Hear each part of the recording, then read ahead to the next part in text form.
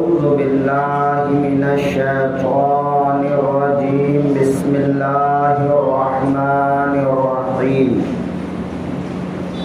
ثاني اثنين إذ هما في الغار صدق الله المولانا العظيم وصدق رسوله النبي الأمين المتين الكريم ونحن على ذلك لمن الشاهدين والشاكرين والحمد لله رب العالمين۔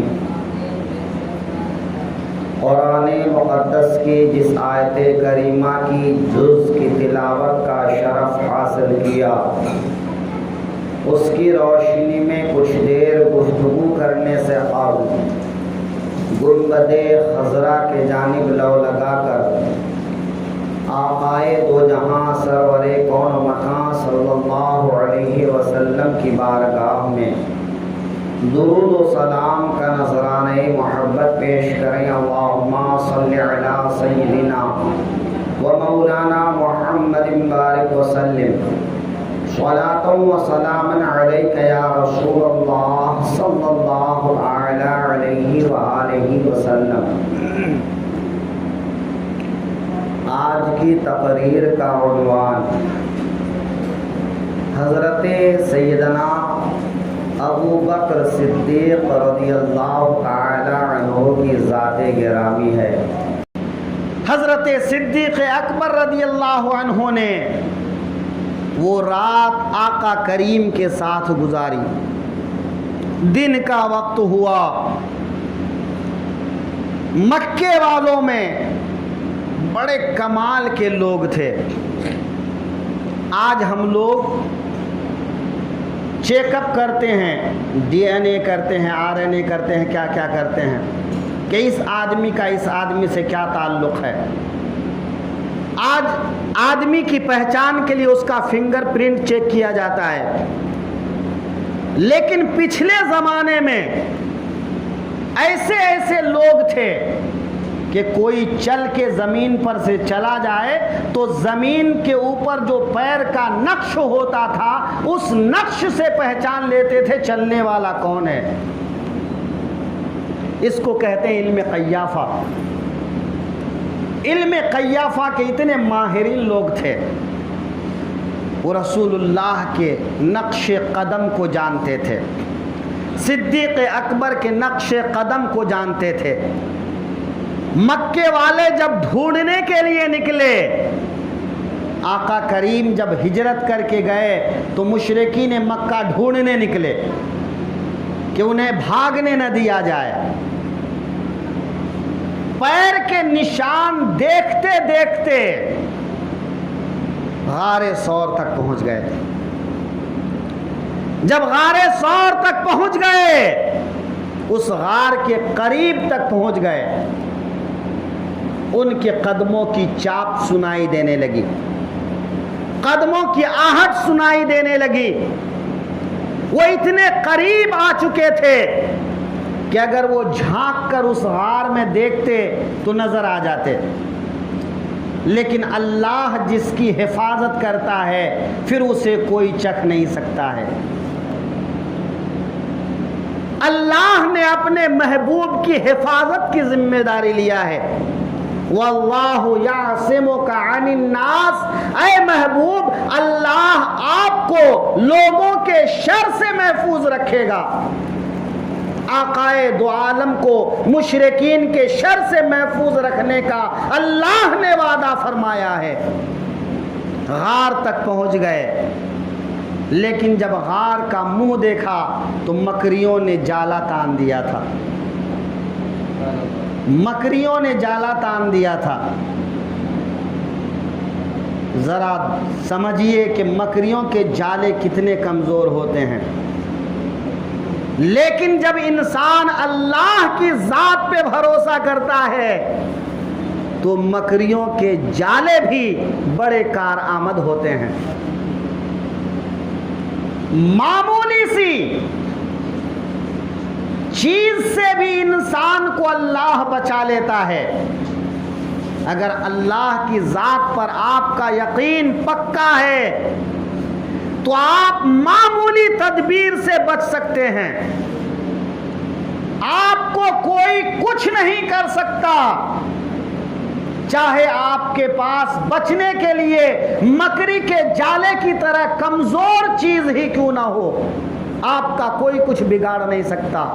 لیکن شرط یہ ہے کہ یقین اللہ پر ہونا چاہیے کہ حفاظت فرمانے والا وہی ہے. ایمان پکا ہونا چاہیے، عمل اچھا ہونا چاہیے. مکریوں نے جالے تان دیے، ایک کبوتری نے انڈے دے دیے. کبوتری نے ایک انڈے دے دیے. اب مشرکین مکہ سمجھنے لگے غار کے منہ میں مکری کا جالا ہے، وہیں پر کبوتر کا انڈا ہے، کبوتر انڈے پہ بیٹھا ہوا ہے. اگر یہاں سے کوئی اندر گیا ہوتا تو یہ جالے ٹوٹ جاتے، کبوتر اڑ جاتا. اس لیے یہاں سے کوئی اندر نہیں گیا ہوگا. یہ سوچا، غار کے چاروں طرف گھومے، ادھر ادھر دیکھا، آگے نشان قدم نہیں ملا، واپس لوٹ گئے. جب غار کے آس پاس لوگ گھوم رہے تھے، صدیق اکبر کو خطرہ لاحق ہوا. ڈر گئے، مگر ان کا ڈر اپنے لیے نہیں تھا، ان کا ڈر آقائے دو عالم کے لیے تھا، محسن کائنات کے لیے تھا. عرض کرتے ہیں یا رسول اللہ، اگر میں قتل کر دیا جاؤں تو میں ایک آدمی ہوں، میرا مر جانا کوئی بڑی بات نہیں ہے. میں مروں گا تو ایک اکیلا مروں گا، لیکن اگر آپ کی ذات کو کچھ ہوا تو پوری امت تباہ ہو جائے گی، سارے مسلمان برباد ہو جائیں گے، اسلام کا مشن برباد ہو جائے گا. اللہ نے جو آپ کو ذمہ داری دی ہے وہ مشن ناکام ہو جائے گا. یا رسول اللہ، میرا خوف میری جان کو لے کر نہیں، میرا خوف آپ کو لے کر ہے. جب حضرت صدیق اکبر اس طرح گھبرا کر آقائے دو عالم کی طرف متوجہ ہوئے تو آقائے دو عالم نے ارشاد فرمایا، لا تحزن ان اللہ معنا. اے ابو بکر، خوف نہ کرو، غم نہ کرو، نہ ڈرو، اللہ ہمارے ساتھ ہے، اللہ ہمارے ساتھ ہے. لا تحزن ان اللہ معنا. اے ابو بکر نہ ڈرو، اللہ ہمارے ساتھ ہے.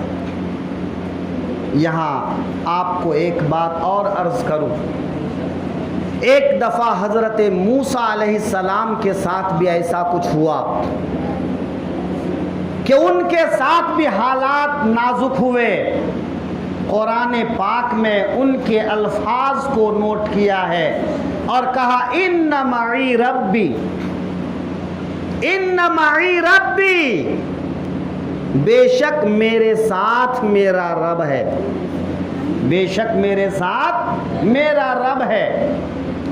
لا تحزن ان اللہ معنا، بے شک اللہ ہمارے ساتھ ہے، بے شک میرے ساتھ میرا اللہ ہے.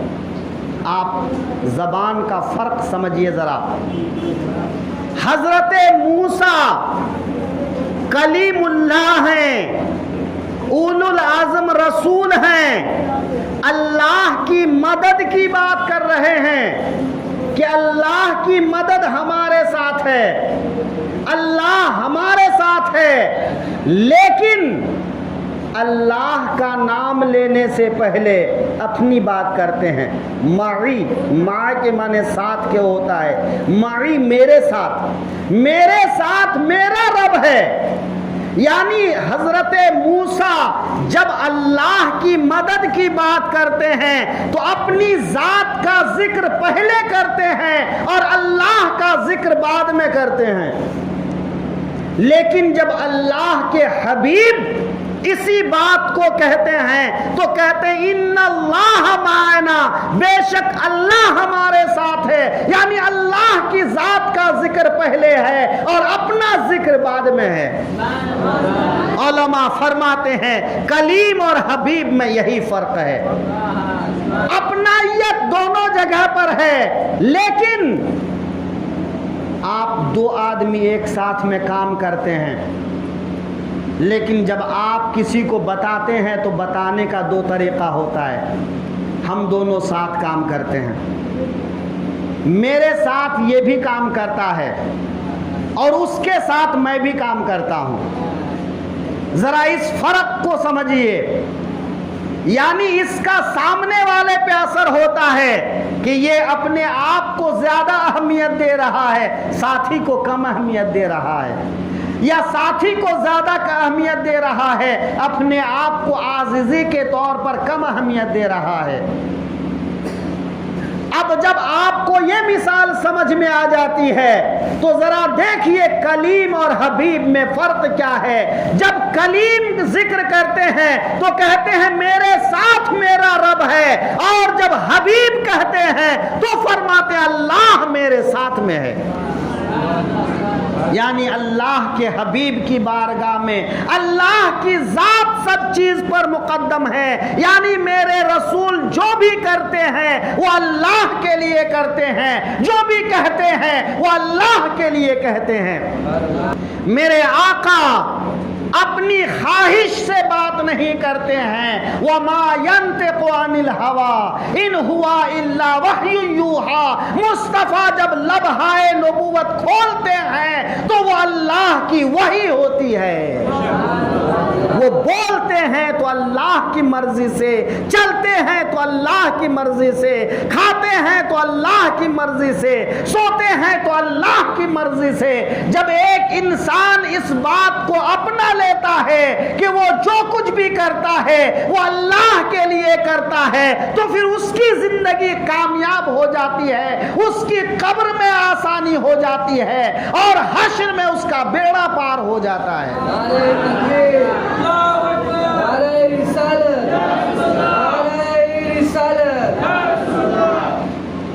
حضرت صدیق اکبر رضی اللہ عنہ غار ثور میں آقا کریم کے ساتھ وہ رات گزارتے ہیں، دن گزارتے ہیں، 3 دن تک اس غار میں قیام فرماتے ہیں۔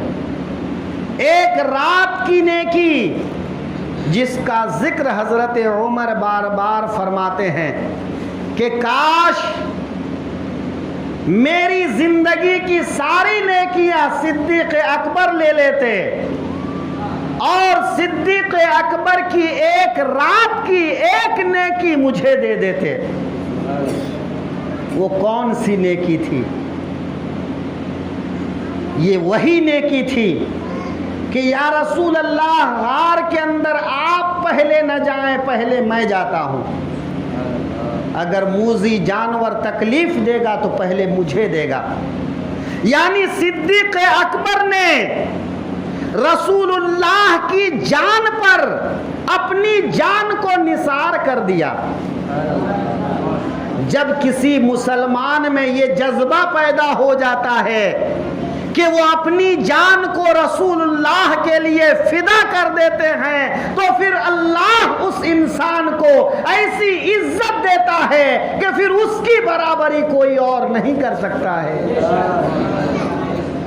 اس لیے صدیق اکبر رضی اللہ عنہ کی برابری کوئی نہیں کر سکتے ہیں۔ نبی کے بعد امت میں سب سے اول درجہ صدیق اکبر کا ہے۔ حضرت صدیق اکبر رضی اللہ عنہ نے اسی طرح پوری زندگی رسول اللہ کی خدمت کی۔ بدر والے دن آقا کریم کے لیے ایک جھونپڑی بنائی گئی، دشمن کا لشکر سامنے ہے، مسلمانوں کا لشکر دشمنوں کے سامنے آمنے سامنے ہے، لشکر تو لڑنے کے لیے ہے، لیکن یہاں سوال یہ تھا کہ مکے والوں کا ہدف اور لوگ تو کم تھے، رسول اللہ زیادہ تھے۔ وہ یہی چاہتے تھے اگر رسول اللہ کو نقصان پہنچا دیا جائے تو یہ اسلام ختم ہو جائے. اسلام کو مٹانے کے لیے آئے تھے. وہ چاہتے تھے مسلمان ختم ہو جائیں, اسلام ختم ہو جائے. اب آقا کریم کی حفاظت کی بات آئی. بڑے بڑے صحابہ کرام تھے, حضرت علی بھی تھے, حضرت عمر بھی تھے, حضرت ابو بکر تھے اور دوسرے صحابہ تھے. اب یہ بات سامنے آئی کہ لشکر کا مقابلہ جو کرے گا وہ کرے گا, لیکن رسول اللہ کی حفاظت کے لیے تعینات کون ہوگا؟ کون ہوگا جو اس جھونپڑی کے سامنے پہرا دے گا؟ رسول اللہ کے بارگاہ میں پہرہ دار کون بنے گا؟ حضرت علی شیر خدا, حیدر کرار, فاتح خیبر. حضرت علی رضی اللہ عنہ فرماتے ہیں بدر والے دن کسی کو ہمت نہیں ہوئی کہ رسول اللہ کی حفاظت کی ذمہ داری وہ خود لے لیتا. کسی نے ہمت نہیں کی. بڑے بڑے بہادر تھے, لیکن صدیق اکبر اپنی تلوار نکالے اور کھڑے ہو گئے. کہا لوگو جاؤ تم لڑو, رسول اللہ کی حفاظت میں کروں گا. تو حضرت علی فرماتے ہیں ابو بکر صدیق صرف رسول اللہ کے دوست ہی نہیں تھے, وہ ہم میں سب سے بڑے بہادر بھی تھے کہ جب بڑے بڑے بہادر کو رسول اللہ کی حفاظت کے لیے ہمت نہیں ہوئی تو صدیق اکبر نے تلوار تان لی کہ آج کے دن رسول اللہ کی حفاظت میں کروں گا. اسی لیے جب میرے آقا کریم بیمار ہوئے, وفات سے کچھ دن پہلے, یہاں تک کہ آپ نماز پڑھانے بھی مسجد میں نہیں جا سکتے تھے, تو میرے آقا نے حضرت ابو بکر کو بلوایا اور کہا ابو بکر میری جگہ پر نماز پڑھائیں گے, ابو بکر میری جگہ پر نماز پڑھائیں گے. پہلا حج جب ادا کرنے کی بات آئی تو میرے آقا نے فرمایا اس سال حج کو میں نہیں جاؤں گا, ابو بکر میرے نائب بن کر لوگوں کو حج ادا کرائیں گے. میرے آقا نے ابو بکر کو حج میں اپنا نائب مقرر کیا. جب آپ مسجد نبوی میں اپنی بیماری کی وجہ سے مسجد کے مصلی پر نہیں جا سکتے تھے تو آپ نے صدیق اکبر کو اپنی جگہ پر امام بنایا. یہ اشارہ اس بات کی طرف ہے کہ اے لوگو میرے بعد اس امت کا خلیفہ ابو بکر ہوگا. صدیق اکبر رضی اللہ عنہ نے آقائے دو عالم صلی اللہ علیہ وسلم کے بعد امت کے باغ ڈور کو ہاتھ میں لیا اور 2.5 سال تک آپ نے پوری ہمت اور حوصلے کے ساتھ, حکمت و دانائی کے ساتھ اس امت کے لیے خلیفہ مسلمین کے طور پر خدمت کرتے رہے اور اسلام اور مسلمانوں کو اتنا مضبوط کر دیا کہ پھر کبھی کسی کو اسلام اور مسلمانوں کی طرف نظر اٹھا کر دیکھنے کی ہمت نہیں ہوئی. حضرت صدیق اکبر رضی اللہ عنہ کی پوری زندگی آپ دیکھیں گے تو جانثاری کے سوا کچھ بھی نہیں ہے. انہوں نے جو کچھ کیا اللہ کے حبیب کے لیے کیا. اللہ کے حبیب کے لیے جب کوئی ایسا کرتا ہے تو اللہ اس کو اپنی بارگاہ میں اپنی قربت عطا فرماتا ہے. دعا کریں کہ اللہ تعالی حضرت صدیق اکبر کی صداقت اور محبت اور خلوص کا ایک ذرہ ہم سب کو عطا فرمائے. وآخر دعوانا ان الحمدللہ رب العالمین. السلام علیکم.